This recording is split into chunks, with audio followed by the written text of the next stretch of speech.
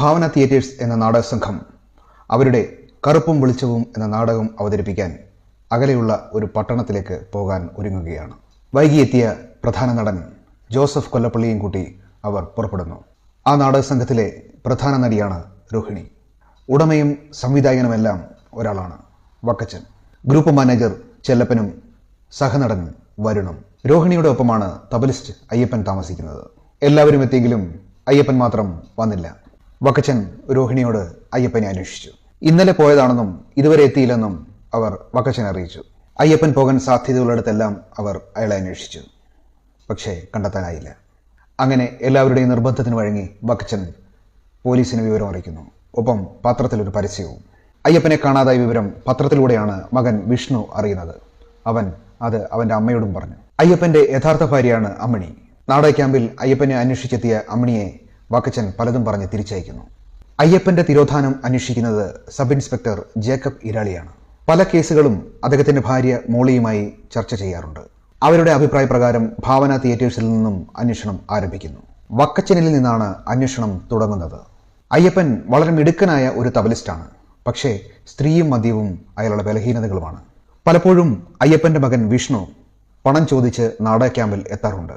അയ്യപ്പനെ കാണാതായ ദിവസവും രൂപ അന്വേഷിച്ച് അവൻ വക്കച്ചനെ സമീപിച്ചിരുന്നു. പക്ഷേ വക്കച്ചൻ പണം കൊടുക്കുന്നില്ല. അതിനുശേഷമാണ് അയ്യപ്പനെ കാണാതാകുന്നത്. ഇങ്ങനെയാണ് വക്കച്ചൻ പോലീസിന് മൊഴി നൽകുന്നത്. ഒരു നൃത്ത അരങ്ങേറ്റത്തിൽ വെച്ചാണ് അയ്യപ്പൻ രോഹിണിയെ പരിചയപ്പെടുന്നത്.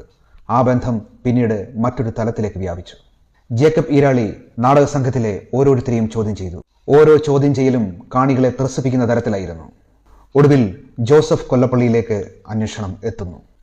കുട്ടിക്കാലത്തെ അച്ഛനും അമ്മയും നഷ്ടപ്പെട്ട് 15ാമത്തെ വയസ്സിൽ നാട് വിട്ടതാണ് അയ്യപ്പൻ. പിന്നീട് ഒരു തബലിസ്റ്റായിട്ടാണ് അയാൾ മടങ്ങി വരുന്നത്. അങ്ങനെ നാടക സംഘത്തിലെ ഓരോരുത്തരെയും ചോദ്യം ചെയ്ത് ഒടുവിൽ യഥാർത്ഥ കുറ്റവാളിയിലേക്ക് കഥയെത്തുമ്പോൾ ഈ സിനിമ അവസാനിക്കുകയാണ്. 1980കളിൽ സിനിമയോളം ജനപ്രിയമായിരുന്ന പ്രൊഫഷണൽ നാടകത്തിന്റെ സങ്കേതങ്ങൾ സസൂക്ഷ്മം തിരക്കഥയിൽ ഉൾപ്പെടുത്തിയുള്ള ഇതിന്റെ ആഖ്യാന രീതി വളരെ പുതുമയുള്ളതായിരുന്നു. നാടകവേദികൾ സിനിമയുടെ അവതരണ പശ്ചാത്തലത്തിൽ ഇതിനു മുമ്പ് കടന്നു വന്നിട്ടുണ്ടെങ്കിലും അതിന് കഥാഗതിയിൽ ഇത്രയധികം പ്രാമുഖ്യമുണ്ടാക്കുകയും ഒരു കഥാപാത്രത്തോളം തന്നെ പ്രാമുഖ്യം കൈവരികയും ചെയ്യുന്നത് ഇതാദ്യമായിരുന്നു. ആരംഭത്തിലും അവസാന സന്ദർഭങ്ങളിലും ക്ലൈമാക്സിലും ഫലപ്രദമായി ഉപയോഗിക്കപ്പെട്ടിട്ടുള്ള നാടകരംഗങ്ങൾ ഇപ്പോഴും വിരസത ഉളവാക്കുന്നവയല്ല. കുറ്റാന്വേഷണ സിനിമകൾ പിന്തുടർന്നു വരുന്ന രീതി അപ്പാടെ മാറ്റി എഴുതിയതായിരുന്നു ഈ സിനിമ. ഒരു അന്വേഷണാത്മക കഥയിൽ ഉൾപ്പെടുത്താൻ പറ്റാത്തതായിട്ടൊന്നും ഈ സിനിമയിലില്ലായിരുന്നു. അനാവശ്യ സന്ദർഭങ്ങളിലെ ഒരു പാട്ട് പോലും. കഥയ്ക്ക് ചേരാത്ത സന്ദർഭങ്ങളോ അല്ലെങ്കിൽ ഏതെങ്കിലും കഥാപാത്രങ്ങളോ ഈ സിനിമയിൽ എവിടെയും നമുക്ക് കാണാൻ സാധിക്കില്ല. ഒരു റിയലിസ്റ്റിക് ശൈലി ഉൾക്കൊണ്ട ചലച്ചിത്രം. തബലിസ്റ്റ് അയ്യപ്പൻ, രോഹിണി, ബാലഗോപാലൻ, വക്കച്ചൻ, ജോസഫ് കൊല്ലപ്പള്ളി, സഹനടൻ വരുൺ തുടങ്ങിയ കഥാപാത്രങ്ങളെ അവതരിപ്പിച്ചിരിക്കുന്ന രീതിയും അത് അഭിനയിച്ച അഭിനേതാക്കളുടെ ശൈലിയും അതാണ് വെളിവാക്കുന്നത്. യഥാർത്ഥത്തിൽ അയ്യപ്പൻ ഇതിലെ വില്ലനും നായകനുമാണ്. അത് ഉൾക്കൊണ്ടുകൊണ്ടാകണം അവർ അവതരിപ്പിക്കുന്ന നാടകത്തിന് കറുപ്പും വെളിച്ചവും എന്ന പേര് ഇട്ടിരുന്നത്. മലയാളത്തിലും ഇംഗ്ലീഷിലുമുള്ള ഡിറ്റക്റ്റീവ് നോവലുകൾ വായിച്ച് ത്രില്ലടിച്ചിരുന്ന ആളായിരുന്നു KG ജോർജ്. അതിനുശേഷമാണ് അദ്ദേഹം കടുത്ത നാടക ആരാധകനാകുന്നത്. എന്നെങ്കിലും ഒരു കുറ്റാന്വേഷണ സിനിമ എടുക്കണമെന്ന് അദ്ദേഹത്തിന് വളരെ ആഗ്രഹമുണ്ടായിരുന്നു. വെറും കുറ്റാന്വേഷണ സിനിമയല്ല, നാടകവും കുറ്റാന്വേഷണവും ഇഴുകിച്ചേർന്ന ഒരു സിനിമ. 2 മാസത്തോളം കുമ്പളങ്ങിയിലും മറ്റും ഷൂട്ടിംഗ് ചെയ്ത് ഉപേക്ഷിക്കപ്പെട്ട ഒരു സിനിമയായിരുന്നു ഇത്. ഒരൊറ്റയാളുടെ അഭിനയമൊഴികെ മറ്റാരുടെയും അഭിനയം ഇഷ്ടപ്പെടാത്തതായിരുന്നു അതിന് കാരണം. ആ ഒരാൾ അയ്യപ്പനായ ഭരത് ഗോപി. രണ്ടാമത് ഈ പ്രോജക്റ്റ് പുനരാരംഭിച്ചപ്പോൾ പഴയവരിൽ നിന്ന് ഭരത് ഗോപിയെ മാത്രമേ ഉൾപ്പെടുത്തിയിരുന്നുള്ളൂ. തിരക്കഥ അപ്പോഴേ മനസ്സിലുറപ്പിച്ച നടനായിരുന്നു ഭരത് ഗോപി.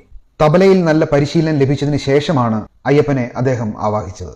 ചങ്ങനാശ്ശേരി ഗീത എന്ന നാടക സംഘത്തിന്റെ ചാച്ചപ്പന്റെ മാനറിസങ്ങളാണ് വക്കച്ചനിലൂടെ തിലകൻ അവതരിപ്പിച്ചത്. ഒരു ചിന്തകന്റെയും നിരാശാ കാമുകന്റെയും ഭാവങ്ങളുള്ള വേണു നാഗവള്ളിയാണ് ജോസഫ് കൊല്ലപ്പള്ളിയെ അവതരിപ്പിച്ചത്. എന്നാൽ ഈ സിനിമയ്ക്ക് ഗാനങ്ങൾ ആവശ്യമില്ല എന്ന പക്ഷമായിരുന്നു KG ജോർജിന്. സ്വപ്നാടനം എന്ന സിനിമയ്ക്ക് വേണ്ടി പാട്ട് റെക്കോർഡ് ചെയ്തതിന് ശേഷം അത് കട്ട് ചെയ്ത് കളഞ്ഞ ആളാണ് KG ജോർജ്. അങ്ങനെ ബലികുടീരങ്ങളെ എന്ന് തുടങ്ങുന്ന ഗാനങ്ങളെ അനുസ്മരിപ്പിക്കുന്ന തരത്തിലുള്ള ഒരു ഗാനം ഈ സിനിമയിൽ ഉണ്ടാകണമെന്ന് അദ്ദേഹം ആഗ്രഹിച്ചു. അങ്ങനെയാണ് ഭരതമുനി ഒരു കളം വരച്ചു എന്ന് തുടങ്ങുന്ന ഗാനം ONV എഴുതുന്നത്. മമ്മൂട്ടി, ജലജ, വേണു നാഗവള്ളി, നെടുമുടി വേണു, ജഗദീഷ് ശ്രീകുമാർ, തിലകൻ ഇവരൊക്കെയായിരുന്നു മറ്റുള്ള അഭിനേതാക്കൾ. തിരക്കഥ മുഴുവൻ വായിച്ചതിന് ശേഷം ONV ആണ് ഈ സിനിമയ്ക്ക് പേരിട്ടത്. ONVയുടെ പാട്ടുകൾക്ക് MB ശ്രീനിവാസൻ സംഗീതം നൽകിയ KG ജോർജിന്റെ കഥയ്ക്ക് KG ജോർജും SL പദം സദാനന്ദനും ചേർന്ന് തിരക്കഥ എഴുതിയ ഹെൻറി നിർമ്മിച്ച് അപ്സര ഫിലിംസിന്റെ ബാനറിൽ 1982 ഏപ്രിൽ 30 പുറത്തിറങ്ങിയ 147 മിനിറ്റുകളുള്ള ഡ്രാമ ക്രൈം ത്രില്ലർ ക്ലാസിക് ചിത്രം യവനിക. ഈ വനങ്ങളിൽ പാടുന്ന കളിത്തത്തേ, കഥകളുറങ്ങുമീ മണ്ണിന്റെ മണിമുത്തേ, ഇനിയുമൊരു കഥ പറയാൻ പോരൂ, ഇനിയുമൊരു കഥ പറയാൻ പോരൂ. കതിർമണികൾ കനികളും നേദിക്കാം പോരുതത്തേ.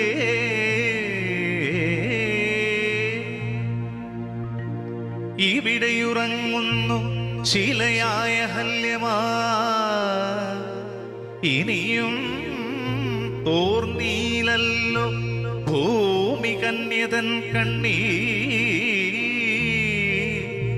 ആപശപഥങ്ങൾ തൻ കഥ ഇവിടെ തുടരുന്നു. മലർക്കൊമ്പിലിൽ ഒരു മാതളക്കനിയുമാ, വിളിപ്പൂക്കാലം കഥ തുടരൂ നീ എന്തത്തേ.